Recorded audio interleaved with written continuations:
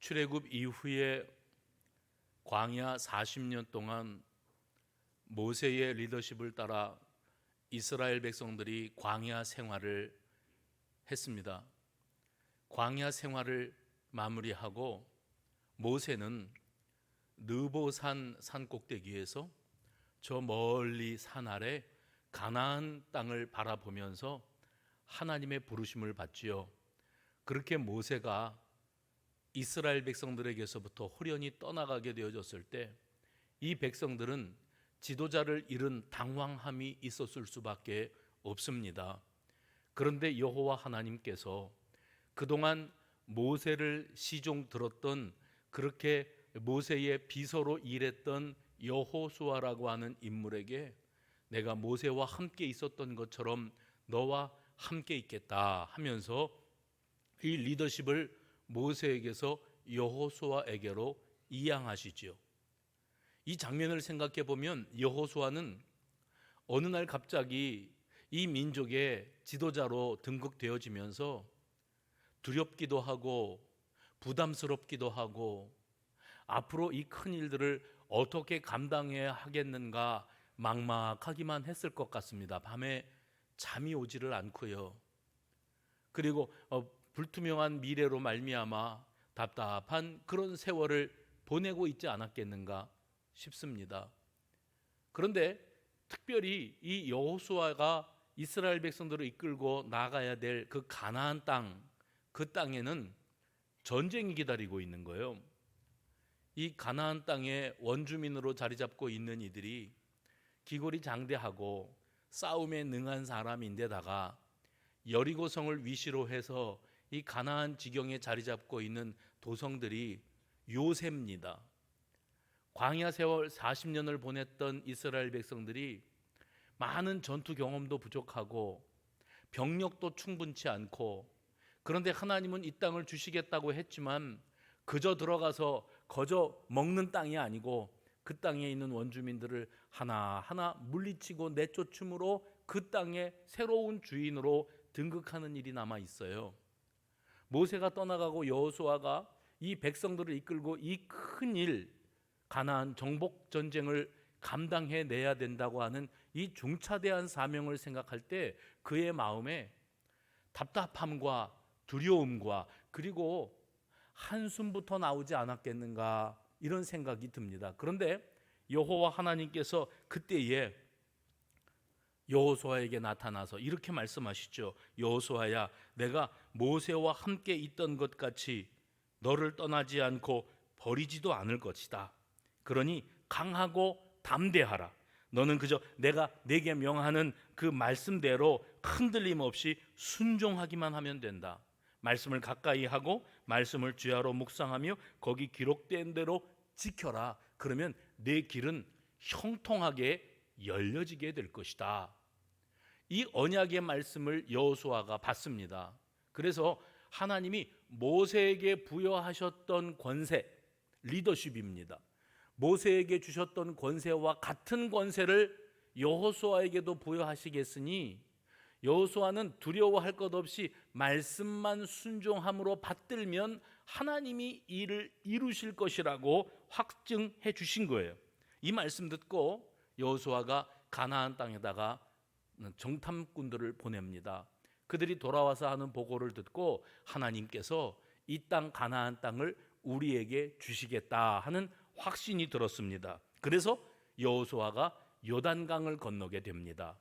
요단강 도하 작전을 펼칠 때에 여러분이 아시고 기억하시는 그 장면대로 요단강을 건너는데, 여호수아와 이스라엘 백성들이 요단강을 건너는 장면을 성경은 모세가 과거에 이스라엘 백성들을 이끌고 홍해를 건넜듯이 그렇게 되어졌던 일이라고 표현을 하고 있습니다. 그러면 여호수아가 이스라엘 백성들을 이끌고 요단강을 건널 때에도 그 강물이 끊기고 마른 땅으로 그 강을 건너게 되어지는데, 하나님의 초자연적인 그 놀라운 역사, 하나님의 다스리시는 은혜가 거기 있었던 거지요. 그때 여호수아가 요단강을 건너면서 강 중앙에서 커다란 바위 12개를 각 지파에서 하나씩 메고 나오라고 명령을 합니다. 그래서 요단강 가운데에서 뽑아가지고 어깨에 메고 나온 이 바위 12개로 기념비를 삼게 되어지는데, 여호수아와 이스라엘 백성들이 이쪽 광야에서 요단강을 건너 가나안 땅에 들어섰을 때에 그 땅의 이름이 길갈이라고 하는 평지였습니다. 그 길갈 평지에 이제 요단강에서 들고 나온 12돌을 기념비로 세워놓게 됩니다. 성경에 보면 이스라엘 백성들이 이 일로 말미암아, 이 일이 뭐죠? 요단강을 건넌 일이에요. 마른 땅을 건너고 그 땅에서 돌을 들고 나와서 기념비를 세운 이 사건으로 말미암아 비로소 여호수아의 권위를 인정하게 되었다. 그동안에는 이스라엘 백성들이 여호수아를 모르지 않아요. 모세를 따라다니며 모세가 명하면 예 하고 순종하는 시종에 불과하다 여겼는데, 그 여호수아가 모세 역할을 하는 거예요.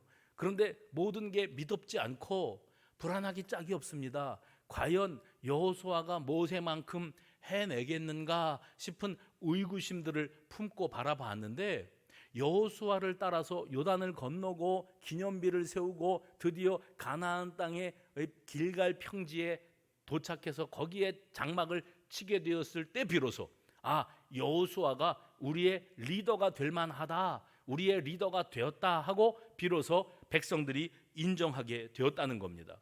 그런데 거기에다가 왜 12돌을 세워서 기념을 삼게 하였는가? 훗날 그 후손들이 여기 길갈에 서 있는 이 12돌은 무슨 의미로 세워놓은 겁니까? 하고 물었을 때, 하나님께서 과거에 이 요단강을 여호수아를 중심으로 해서 이스라엘 백성들로 하여금 건너게 하셨는데, 그 일은 한 번만 있었던 것이 아니라 더 거슬러 올라가 모세라고 하는 위대한 지도자가 이스라엘 백성들을 애굽에서 끄집어내서 광야길을 헤매이는데, 광야길에 들어서기 이전에 이 홍해바다 앞에서 사면초가를 만났던 적이 있었다. 이 사면초가의 위기 상황 속에서 하나님께서 이 홍해바다를 가르시고 마른 땅으로 이스라엘 백성들이 건너게 하시고, 그 이후에 애국 군대가 그들을 추격해 올 때 다시 바닷물이 넘실되어서 그들이 수장되어지는 일이 있었다. 지금 길갈에다가 기념비 하나 세워놓고 두 가지를 기억하게 하는 거예요. 후손들에게. 하나님은 이런 하나님이시다.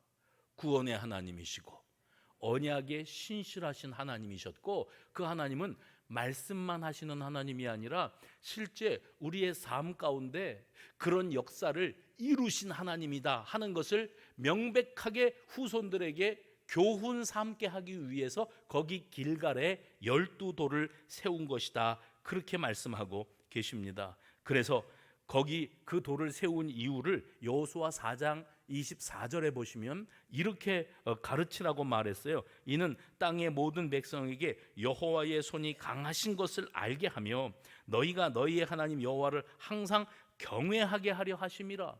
두 가지 목적이 있었지요. 거기 기념비는 이방 사람들, 이스라엘 백성을 바라보고 있는 다른 민족들이 바라보면서 하나님이 이 백성들을 살리시기 위해서 얼마나 놀랍게 역사하셨는가를 인정할 수밖에 없게 하고, 그리고 당사자인 이스라엘 백성들로 하여금 하나님은 이런 하나님이시다, 우리를 사랑하시고 우리를 건져내시기 위하여 자연계를 다스리시고 움직이셨던 하나님이시다, 이로 말미암아 이스라엘 백성들이 하나님을 경외하게, 하나님을 두려워할 줄 알게 만들게 하시기 위해서 그렇게 하셨다. 이게 이 길갈에 세워진 12돌의 목적이었습니다.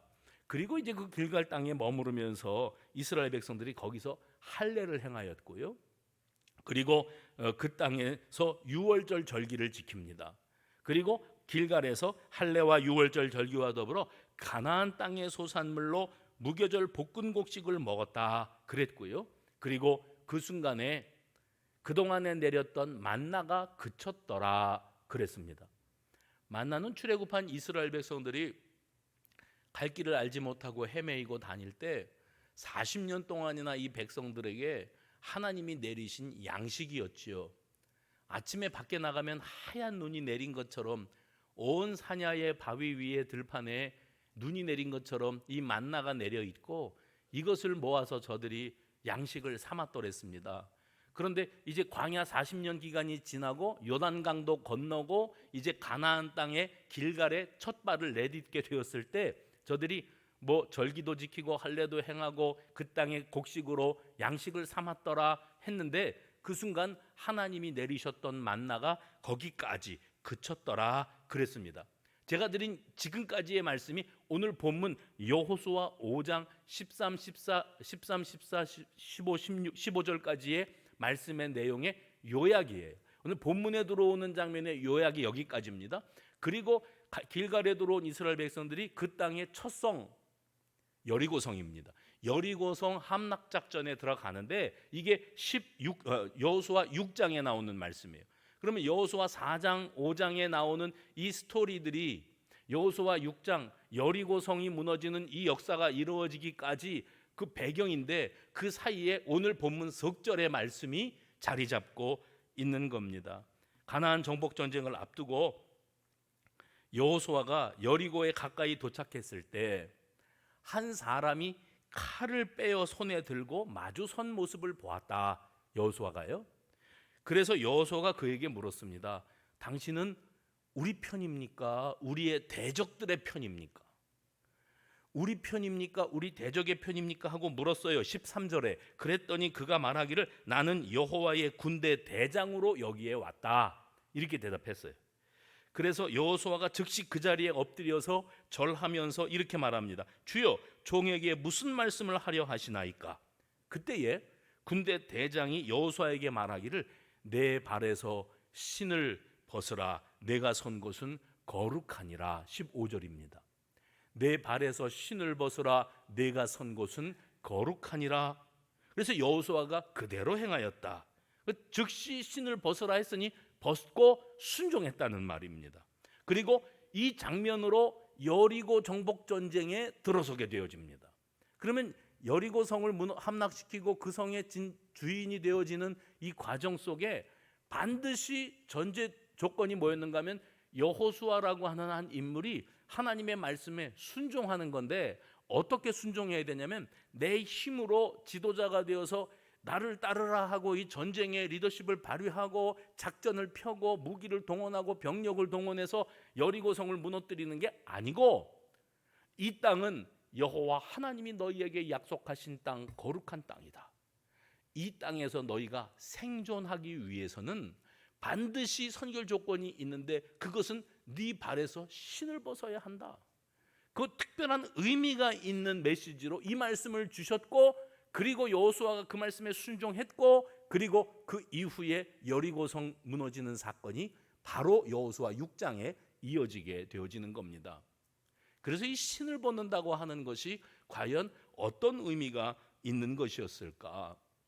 우리 민족은요, 그 문화가 그렇습니다. 우리는 이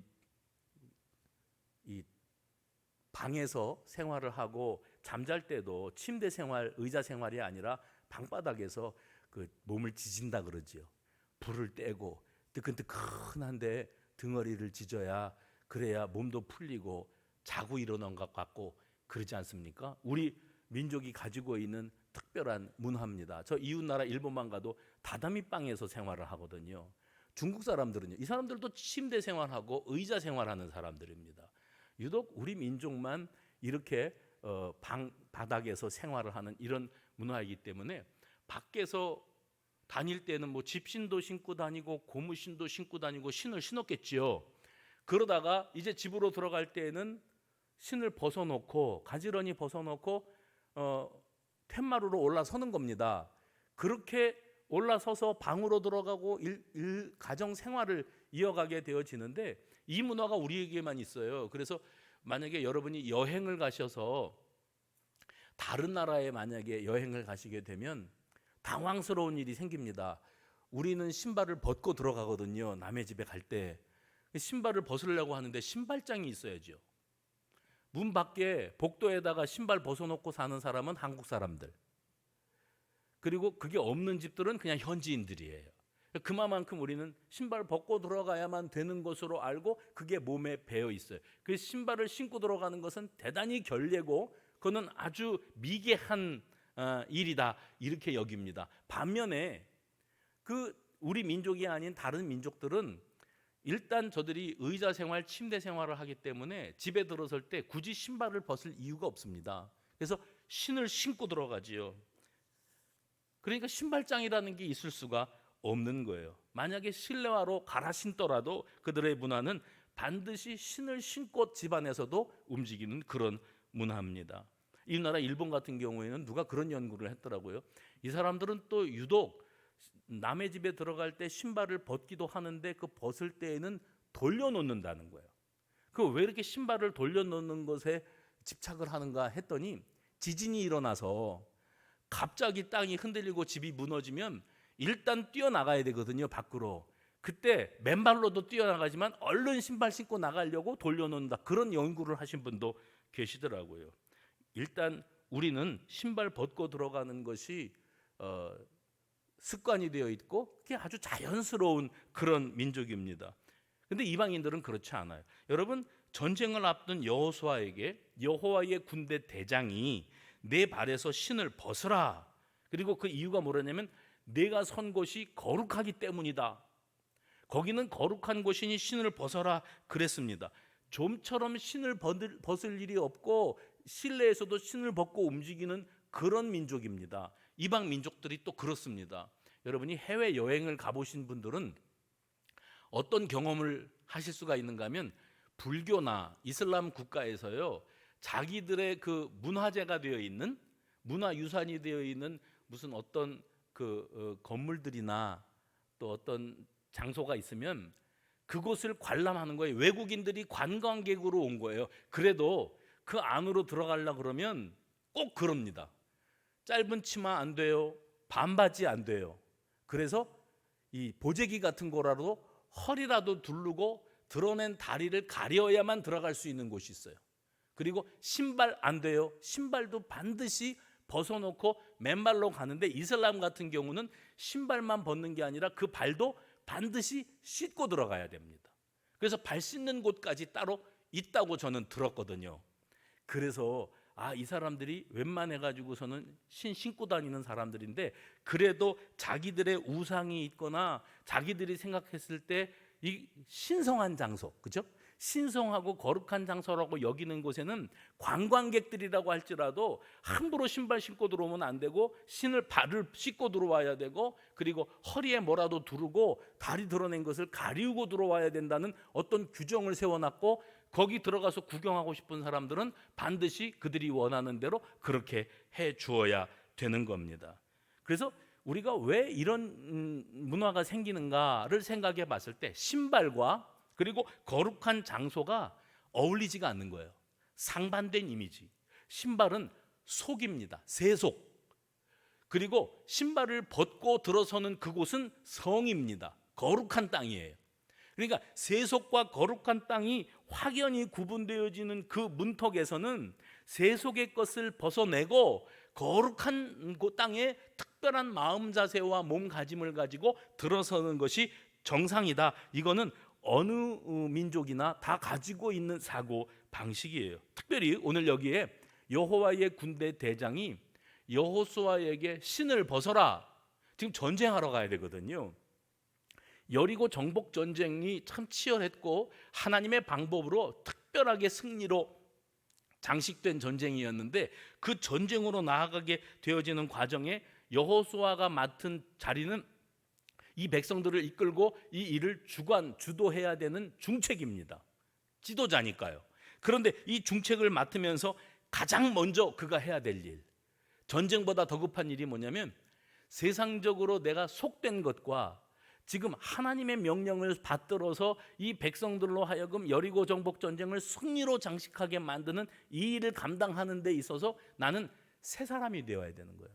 같은 마음 자세, 같은 태도, 세상에 더럽고 오염된 가치관을 가지고서 내 힘으로 뭘 해보려고 들었다가는 낭패를 당할 수밖에 없는 겁니다. 바로 그 뒤에 아이성 전쟁이 그러지 않았어요? 내 힘으로도 해도 되겠다, 내 능력으로 넉넉히 감당하겠다 싶을 때는 이미 넘어지는 겁니다.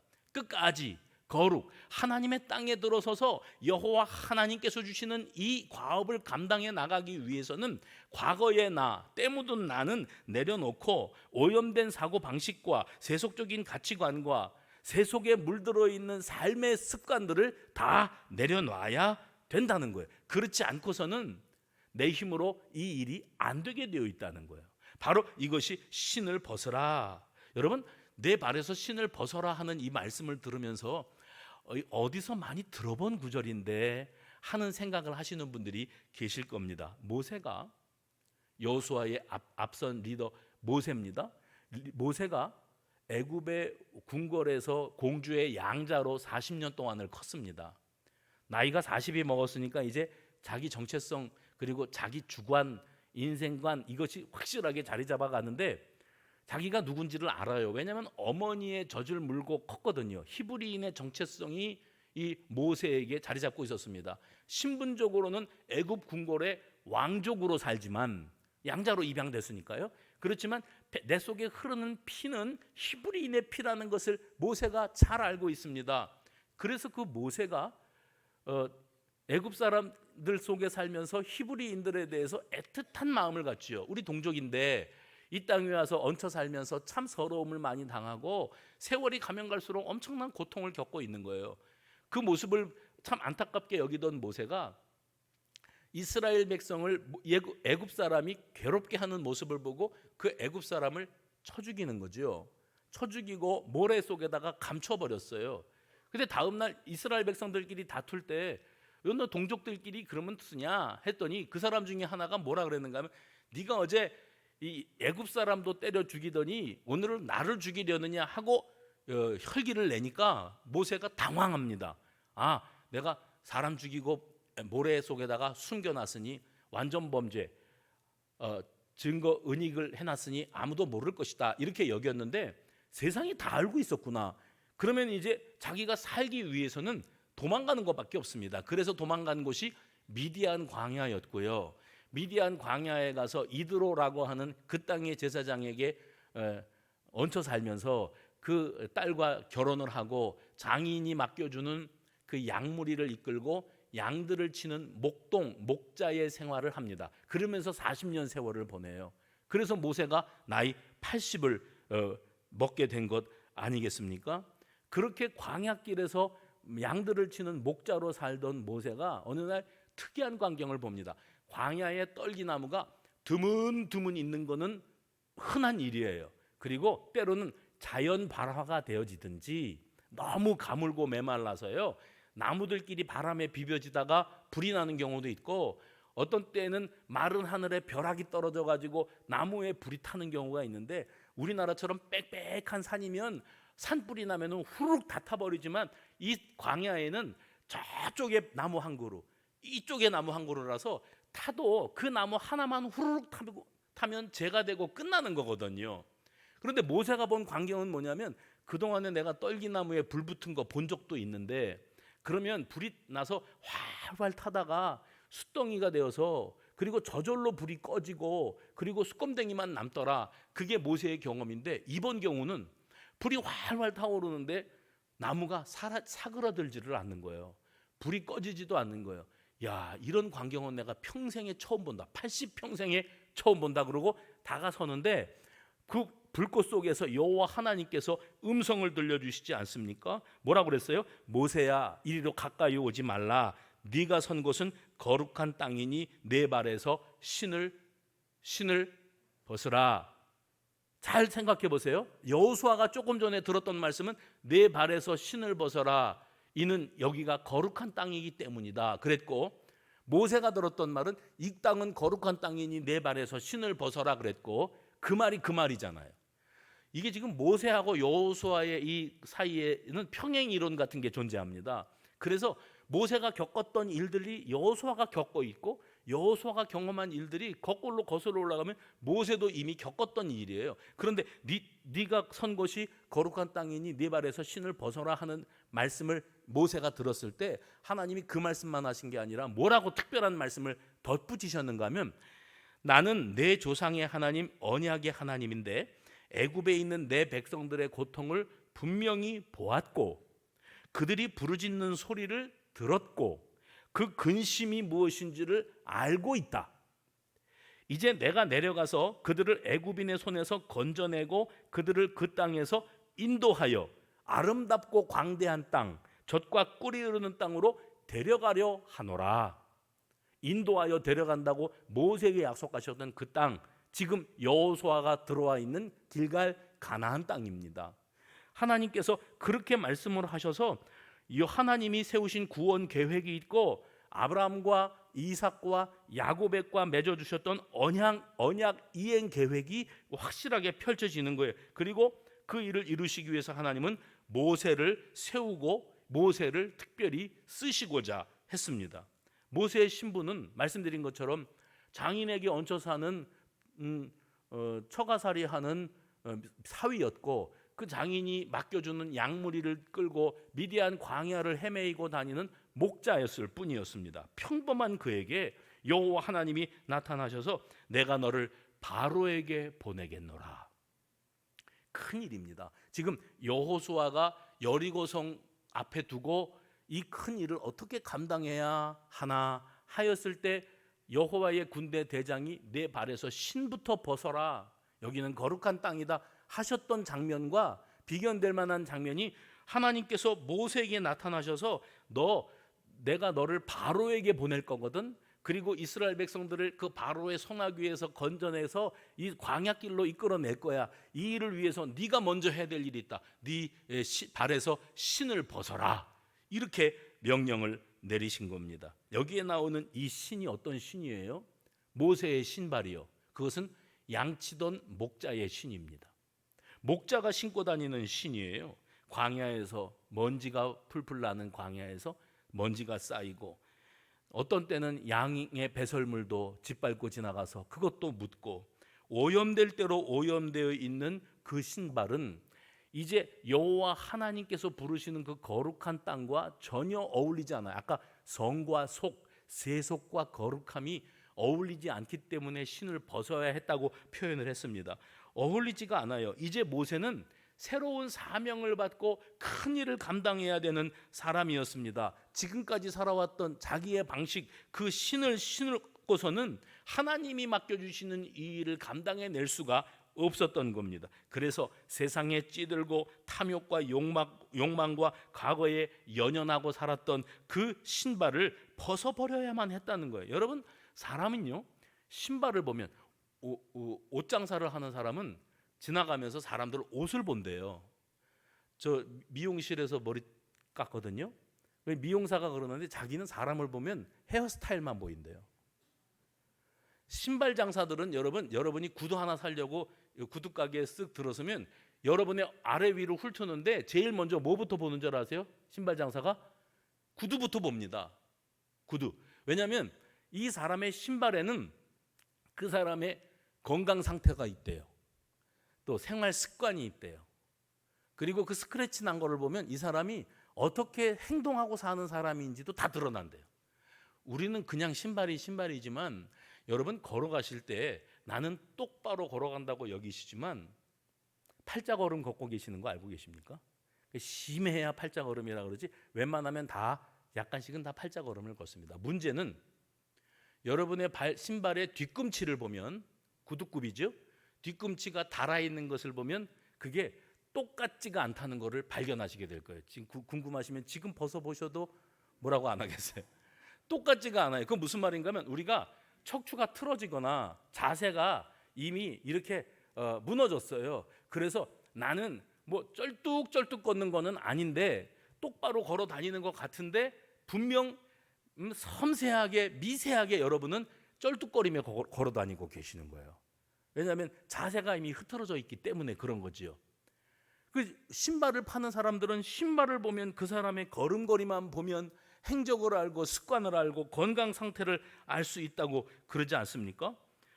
모세의 신발에는 뭐가 있었을까요? 모세가 신고 있었던 신발이 뭐 집신이었던 고무신이었던 뭐 그 광야길을 걸어 다니는 사람들이 흔히 신던 가죽으로 만든 샌들 아시죠? 여름에 우리가 신는 위가 뻥 뚫린 바닥만 붙어 있고 줄로 엮여 있는 그 신발인데 그 신발을 벗으라고 말씀하시는 거예요. 그 신발은 과거가 있는 신발입니다. 내 생활 습관이 있는 신발이고 내가 살아온 삶의 행적과 습관이 고스란히 배어 있는 그런 신발입니다. 모세가 애굽에 있는 자기 동족이 고통을 겪을 때 애굽 사람 때려 죽이고 그리고 그 혈기를 이기지 못해서 그런 일을 저지르고 광야로 도망가지 않았습니까?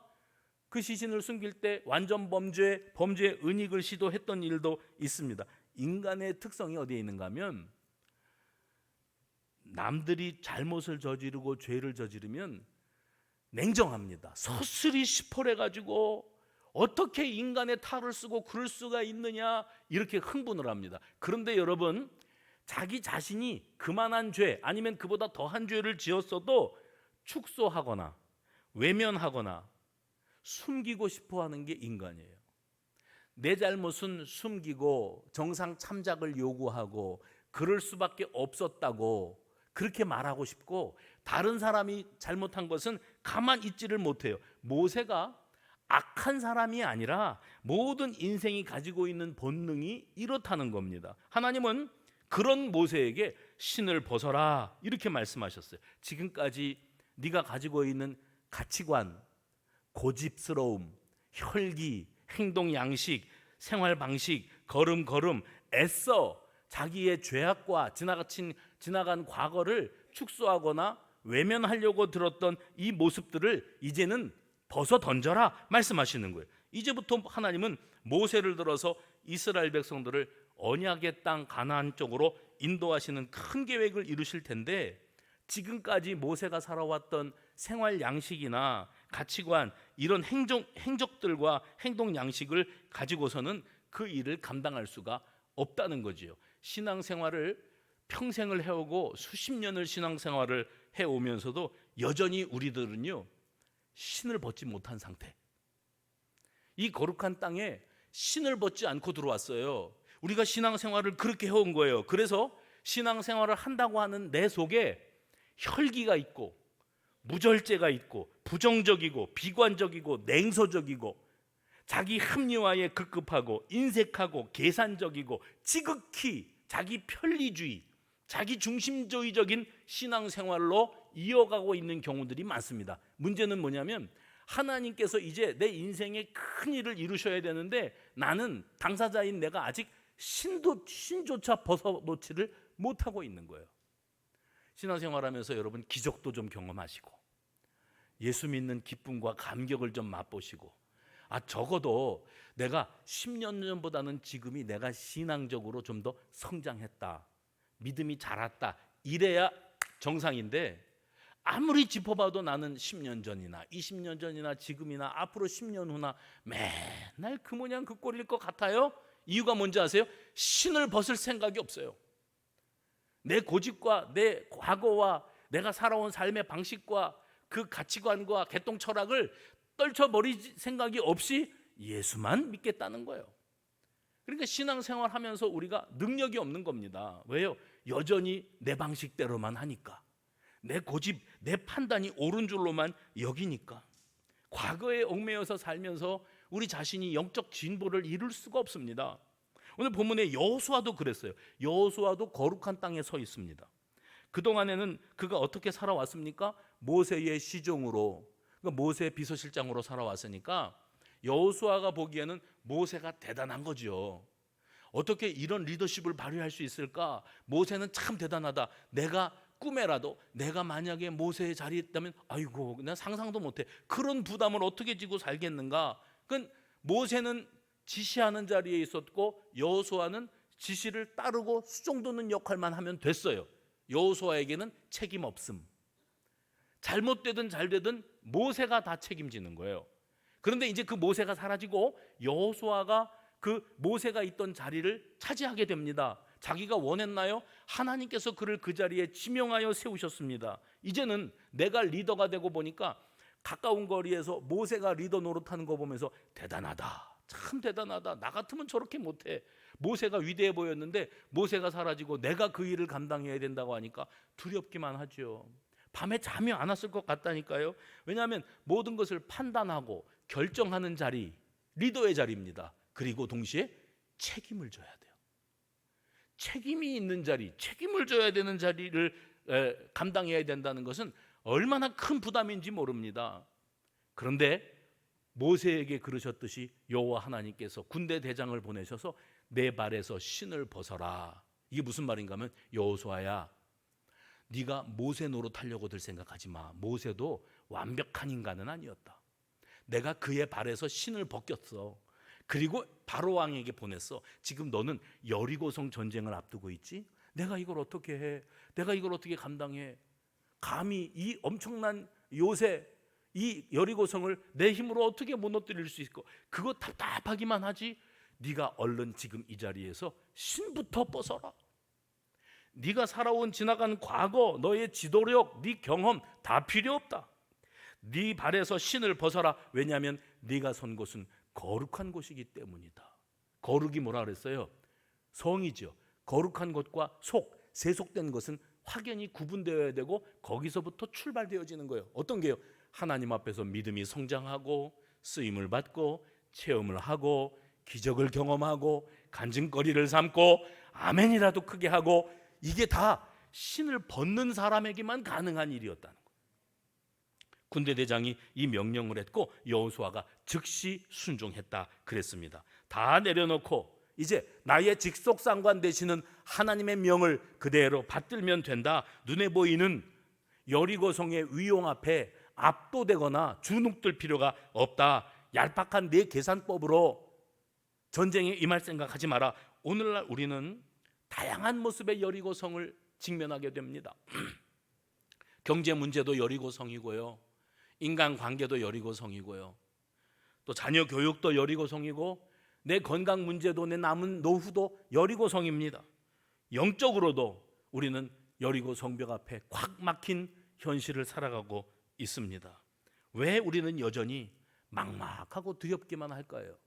신앙생활 하면서 예배하고 기도하고 충만한 생활을 한다고 하면서도 여전히 우리는 답답할까요?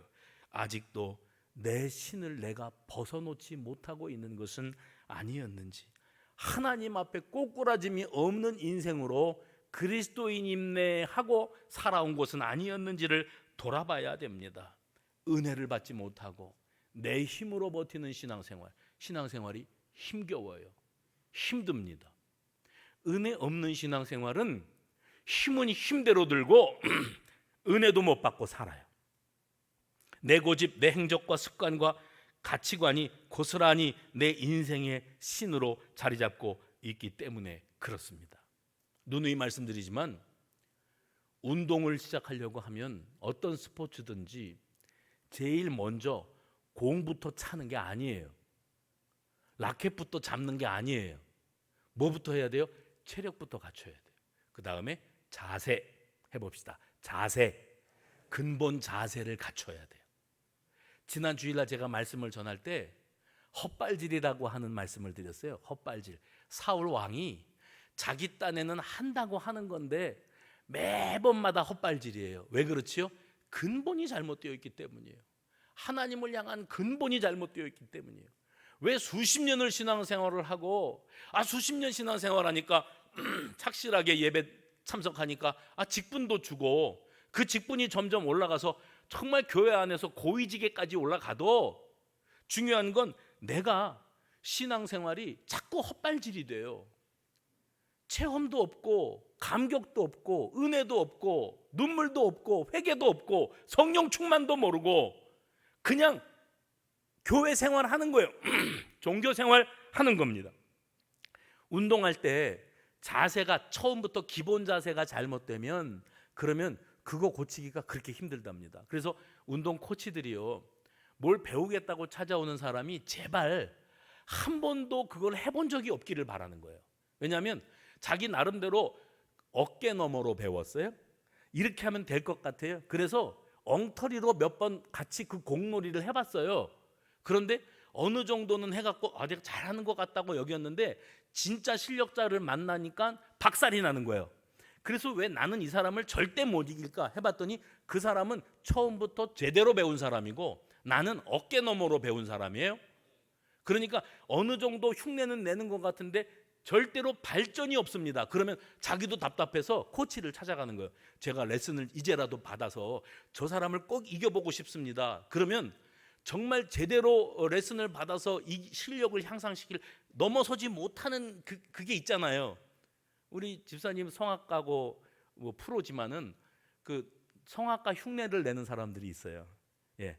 한 번도 성악을 레슨 받아본 적도 없고 훈련도 안, 목에는 힘은 힘대로 하고 하면은 성악인 줄로 아는 그런 사람들이 있어요. 이런 사람들을 성악가로 키워내려 그러면 그 습관을 고치려고 그 힘을 빼고, 목에서 힘을 빼고 복식 호흡부터 가르치고 하는데 시간이 시간대로 들어가고 돈은 돈대로 들어갑니다. 근데 우리 신앙생활이 어떤 줄 아세요? 목회를 좀 해보니까 죄송합니다. 목회를 해보니까 그리스도인들 가운데 적지 않은 숫자가, 죄송해요, 겉멋 신앙, 어깨 너머 신앙, 흉내 내는 신앙, 자기 기분 따라 신앙이에요. 신앙생활을 그렇게들 하고 있어요. 기분 따라 합니다. 겉멋으로 신앙생활합니다. 어깨 너머로 배운 것, 그게 신앙인 줄로 알아요. 내 체험이 없고 내 감격이 없고 은혜가 없고 눈물이 없고 회개가 없고 성령 충만도 없어요. 종교 행위, 교회 생활은 그럴듯하게 해나갈 수 있습니다.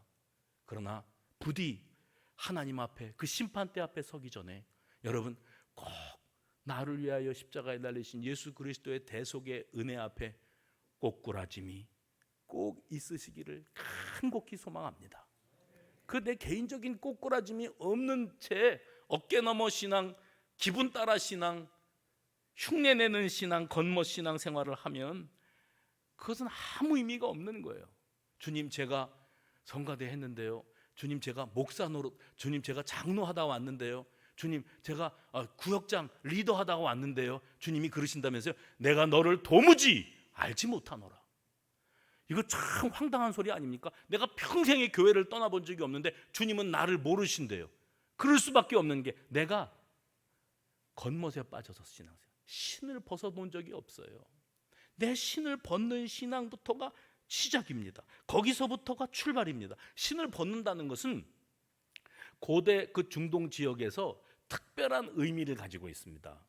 여러분이 잘 알고 계시는 대로 룻기를 보면 시어머니 나오미와 이방 모압 여인 룻이 고부지간이 되었는데 남편들 다 세상 떠나고 그 모압 땅에 얹혀 살면서 눈치 보고 살다가 시어머니가 며느리 보고 너는 네 갈 길 가라, 나는 내 시댁 고향인 베들레헴으로 돌아가련다 소식이 들려오는데 거기 가뭄이 그쳤대. 그래서 이제 다시 뭐가 정상으로 돌아가고 살만하대. 나는 내 땅으로 돌아갈 테니 너는 여기 네 친정에 남아라. 룻이 어머니를 붙쫓았다 성경은 표현하지요. 안 됩니다. 어머니의 하나님이 나의 하나님이 되실 것입니다. 끝까지 따라 나섰어요. 그래서 이 두 여인이 베들레헴에 도착합니다. 근데 베들레헴에 와서도 뭐 가뭄은 지나갔다 그러지만 이 과부 두 사람이 서로 의지하면서 살려고 하는데 극심한 가난에 시달릴 수밖에 없죠. 이 모습을 부자 보아스라고 하는 사람이 지켜보고 이 두 여인을 먹여 살려주고 싶은 감동이 생깁니다. 그런데 도와주고 그리고 이 여인들을 책임져 주려면 이 가문과 연결이 되어야 되는데 알아보니까 이 여인들의 그 남편 되는 죽은 남자들이 가지고 있었던 그 가문의 계통에 보아스보다 더 먼저 기업을 물을 권세를 가진 사람이 있었어요. 기업을 물은다고 하는 것은 그 사람들이 죽고 그 사람들이 남겨놓은 재산을 내가 관리하면서 그 식솔들까지 책임져 주는 걸 기업 물은다 그러거든요. 그런데 기업 물을 우선권을 가진 사람이 있어서 보아스가 당신이 이만저만한데 이 여인들을 당신이 책임지고 먹여 살리고 거둬드리겠습니까? 그랬는데 이 사람이 나에게 이런 우선권이 있었단 말이야? 이제 처음 듣는 소리니까. 그래서 알아본 결과 그래 뭐 손톱만한 부동산은 조금 있고 뭐 그 집안에 가문이 남긴 무엇이 있는지는 몰라도 지금 이 여인들을 거두어 드리는 것으로 이게 수지타산이 안 맞아요, 이 사람이. 그래서 나는 기업 물을 권한을 포기하겠다고. 기업 물을 권한을 내가 포기하겠다는 의미로 그걸 공증을 합니다. 이제 공증이라는 게 있어요. 그래서 공증의 의미로 이 중동 지역에서는 자기 신발을 벗어주는 거예요. 내 권한을 내가 기꺼이 포기하겠노라고. 그래서 보아스가 그 신발을 이어받고 그리고 룻과 나오미를 자기 가족으로 맞아들이고 룻을 자기 아내로 맞아들이게 됩니다. 그렇게 되어짐으로 룻과 보아스의 만남은 이방 여인과 그리고 하나님 백성의 만남이 되었는데, 여러분 그 보아스가 누구냐면 다윗의 증조부가 됩니다. 혈통적으로 이것은 마태복음 1장에서 여러분이 쭉 읽으시면서 예수님의 족보 안에 이방 여인들이 들어와 있어요. 보통 같으면 이거 혈통이 혼혈되었어요. 오염되었다고 여길런지 모르는데 하나님께서는 이 모든 과정들을 결코 숨기지 아니하십니다. 그리고 온 만방의 백성들을 구원하시기 위한 하나님의 구원 계획이 이렇게 성사되었다고 하는 것을 드러내시는데, 여기 보아스가 이 우선권을 넘기는 표현을 자기 신발을 벗어들임으로 감당하게 되었고요. 보아스가 다윗의 증조 할아버지가 되고 다윗의 계통에, 다윗의 후손으로 누가 이 땅에 오시죠? 예수님이요. 예수님이 보아스의 후손, 그 혈통 속에 태어나십니다. 보아스와 룻 사이에서 그 후손들 가운데에서 예수님이 탄생하시게 되어지는 거예요. 그래서 예수님을 사람들이 뭐라고 불렀어요? 다윗의 후손으로 오시는 이요. 다윗의 후손, 다윗의 자손 예수요. 다윗의 자손 예수요라는 말은 보아스의 자손 예수요, 그러는 것과 똑같은 거예요. 왜요? 다윗이 보아스의 혈통에서 태어났으니까. 여러분, 바로 그 기업 물을 권한을 넘겼던 그 보아스가 그렇게 자기 권리를 포기한 어떤 사람으로 말미암아 기업 물을 권한을 자기가 이양받고 그리고 한 가문을 세웠는데, 그의 후손으로 오신 예수님께서 십자가에 달리시기 전에 겟세마네 기도를 하시면서 뭐라고 하셨는 줄 아세요? 아버지, 할 수만 있다면 이 잔을 내게서 지나가게 해주시기를 바랍니다. 그러나 나의 원대로는 맛이 없고 아버지의 원대로 되기를 원합니다. 그게 뭐죠? 자기 포기, 자기 내려놓음, 자기 포기, 자기 내려놓음. 오늘 여호수아 역시 여호와의 군대 장관의 명을 받아서 신을 벗어 주었습니다. 자기 내려놓음, 자기 포기입니다. 뭐지요? 내가 지나간 과거, 그리고 내가 가지고 있는 어떤 자기 자부심, 자존심, 이 모든 것들을 내려놓고 그리고 오로지 주님의 말씀만 받드는 주님의 시종으로, 지금까지는 모세의 시종으로 내가 커왔지만 이 순간 이후로 신발을 벗어드리며 주님의 시종으로 살겠나이다 했기 때문에 여호수아 6장 여리고성 함락 작전이 이루어질 수가 있었던 거예요. 사람의 방법으로가 아니라 하나님의 방법으로. 여러분, 그래서 우리는 예수 믿으면서 그 하나님의 놀라우신 능력과 은혜를 제대로 경험해 본 적이 없다, 내 간증이라는 것도 뭐 별게 없다 하는 이유는 어디 있는가? 아직도 내가 이 신을 벗어버린 적이 없기 때문은 아닌가? 자기 포기, 자기 내려놓음을 결단하지 못하고 여전히 혈기왕성하고 자기중심적으로 판단하고 알량한 자존심을 앞세우고 인본주의적인 가치관에 의지해서 이걸 신앙생활을 하고 있는 것이라고 여기고 있었던 것은 아니었는가 돌아봐야 됩니다. 오늘 우리 모두가 다 하나님 앞에 있습니다. 모세가 그리하였듯, 여호수아가 그리하였듯, 오늘도 하나님은 우리에게 내 발에서 신을 벗어라. 왜냐하면 이 땅은 거룩한 땅이기 때문이야. 네 경험과 자존심과 혈기와 그 노력으로 되어질 일이 아니야. 이건 하나님이 하실 일이야. 우리는 하나님의 시종으로 거듭나게 되어지기를 간절히 바랍니다.